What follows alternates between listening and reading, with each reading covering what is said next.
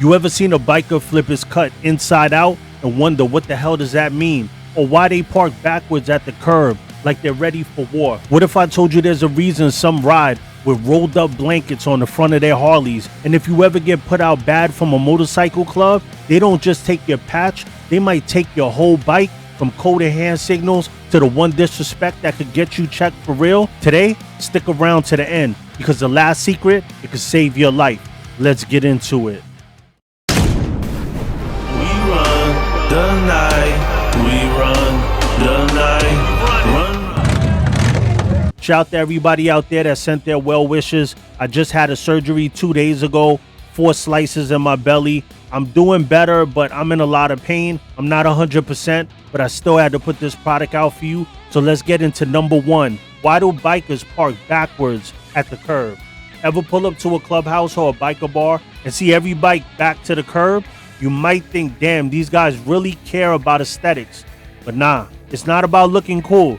This is for survival. See, bikers park backwards for one reason: to get the hell out of there fast. You don't know what situation you might be walking into. This isn't your local Starbucks parking lot where you check your mirrors and ease out politely. In the MC world, if things pop off, if fists start flying, if rival clubs show up deep, or if the boys in blue roll through, you don't want to be doing a 57-point turn trying to escape. Picture this: you're inside a bar, someone disrespects a fully patched member, tables flip, now you got to sprint out and hit the road.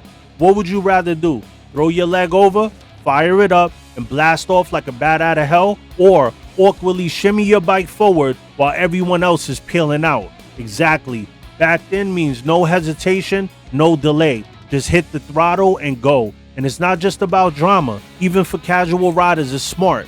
Quick exit if it rains. Easier to keep your eye on the bike. And let's be honest, pulling out forward looks way cleaner when you're surrounded by chrome and horsepower. So the next time you roll up to a run and see every bike perfectly backed in, don't think they're trying to be cool. Think about what they're ready for, because in the outlaw world, readiness isn't optional, it's survival. Number 2, why do bikers have rolled up blankets on the front of their bikes? You ever notice a rolled up blanket strapped across the front forks of a motorcycle, bright colors, thick stripes, and wonder what it really means? That's called a serape, and in the biker world, it's way more than just a blanket. The serape has deep Mexican roots, going back centuries, worn by revolutionaries and everyday warriors of the land. It was their jacket, their bedding, their shield from the cold. It's a symbol of resilience and survival, and when it found its way into MC culture, it fit like a glove. Some bikers wear it as a badge of their Mexican heritage,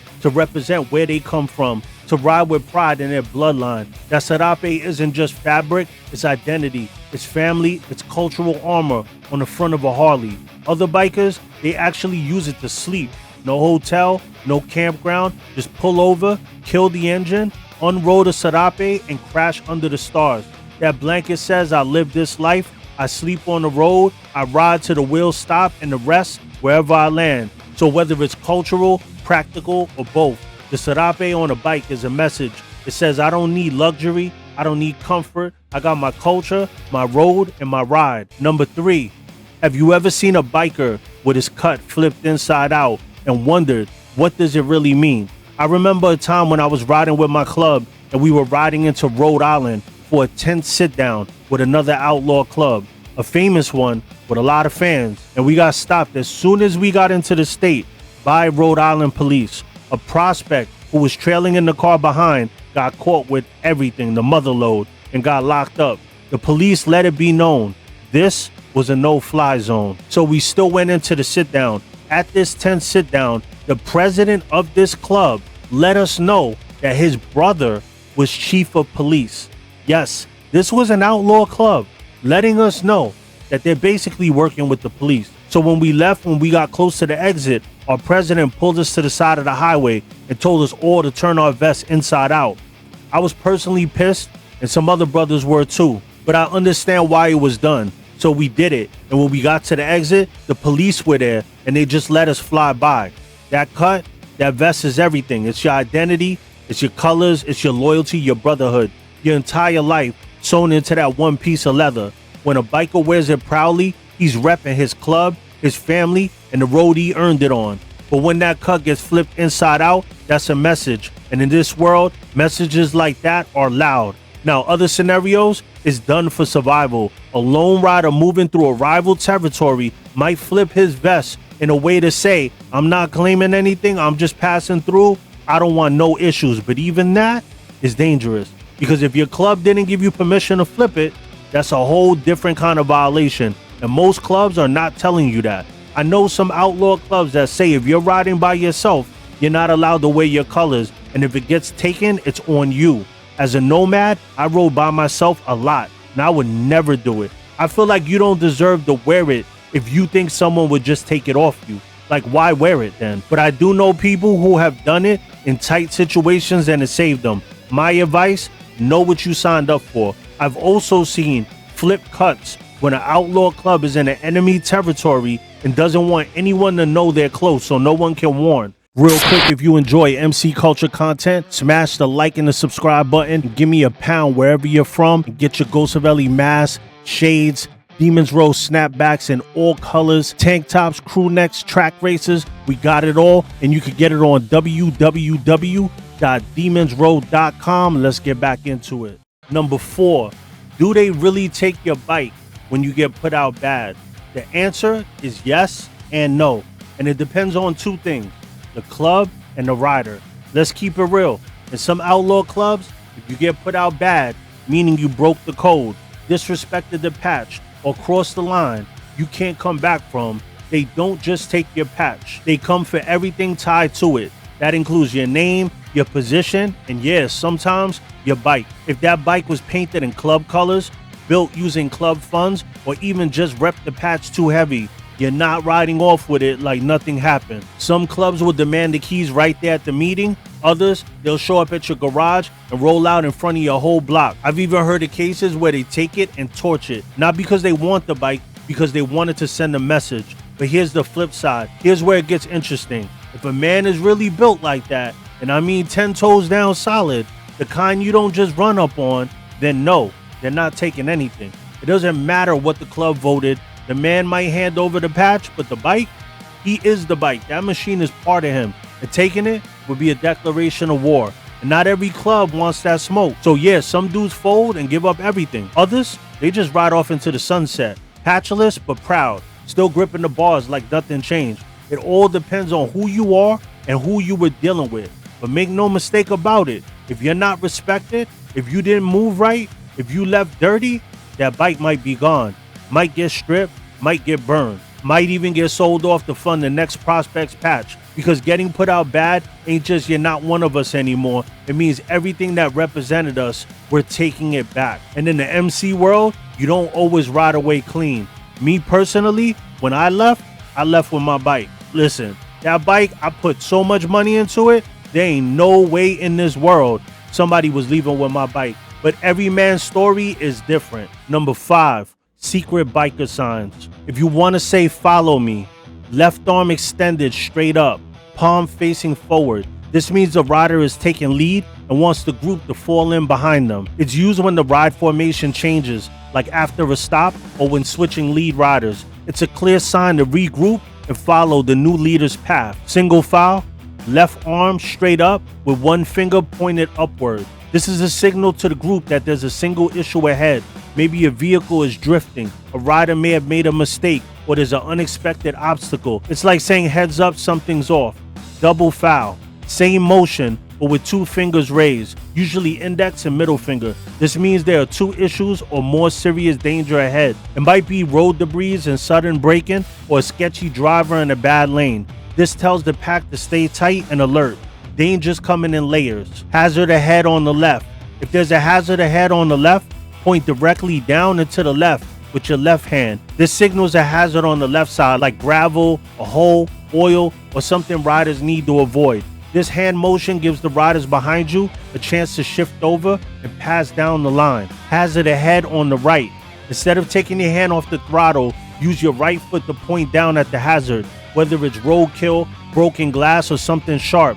The foot motion is safer and just as clear. Riders behind will adjust their lane position to avoid the danger. Slow down. Left arm extended out to the side and moved up and down like you're patting the air. This is the signal to reduce speed.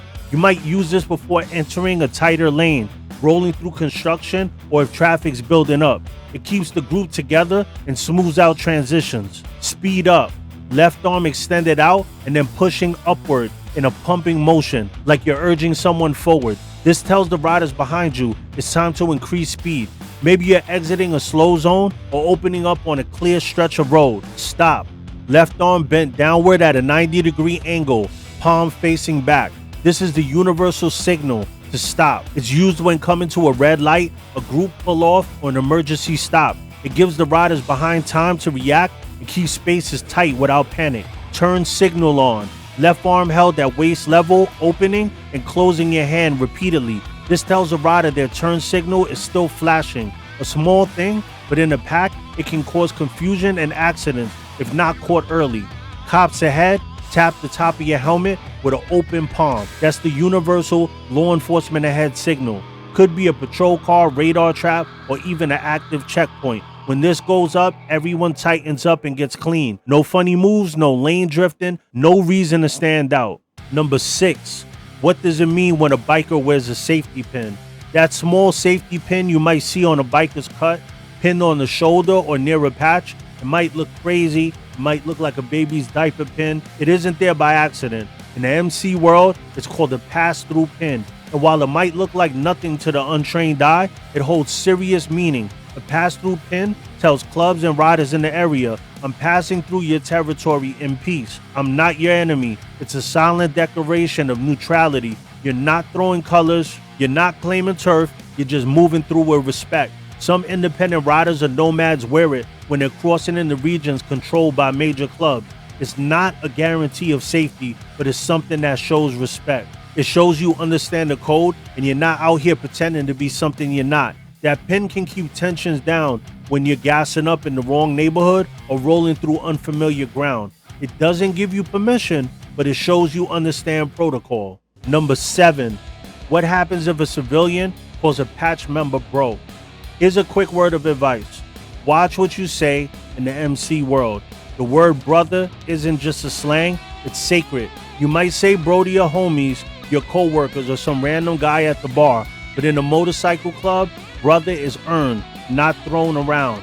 Now, it might seem like it's a little exaggerated, and I kind of agree, but this is the way it is. It's built through loyalty, violence, and sometimes blood. Calling somebody brother is something that they expect you to be a fully patched member of their club.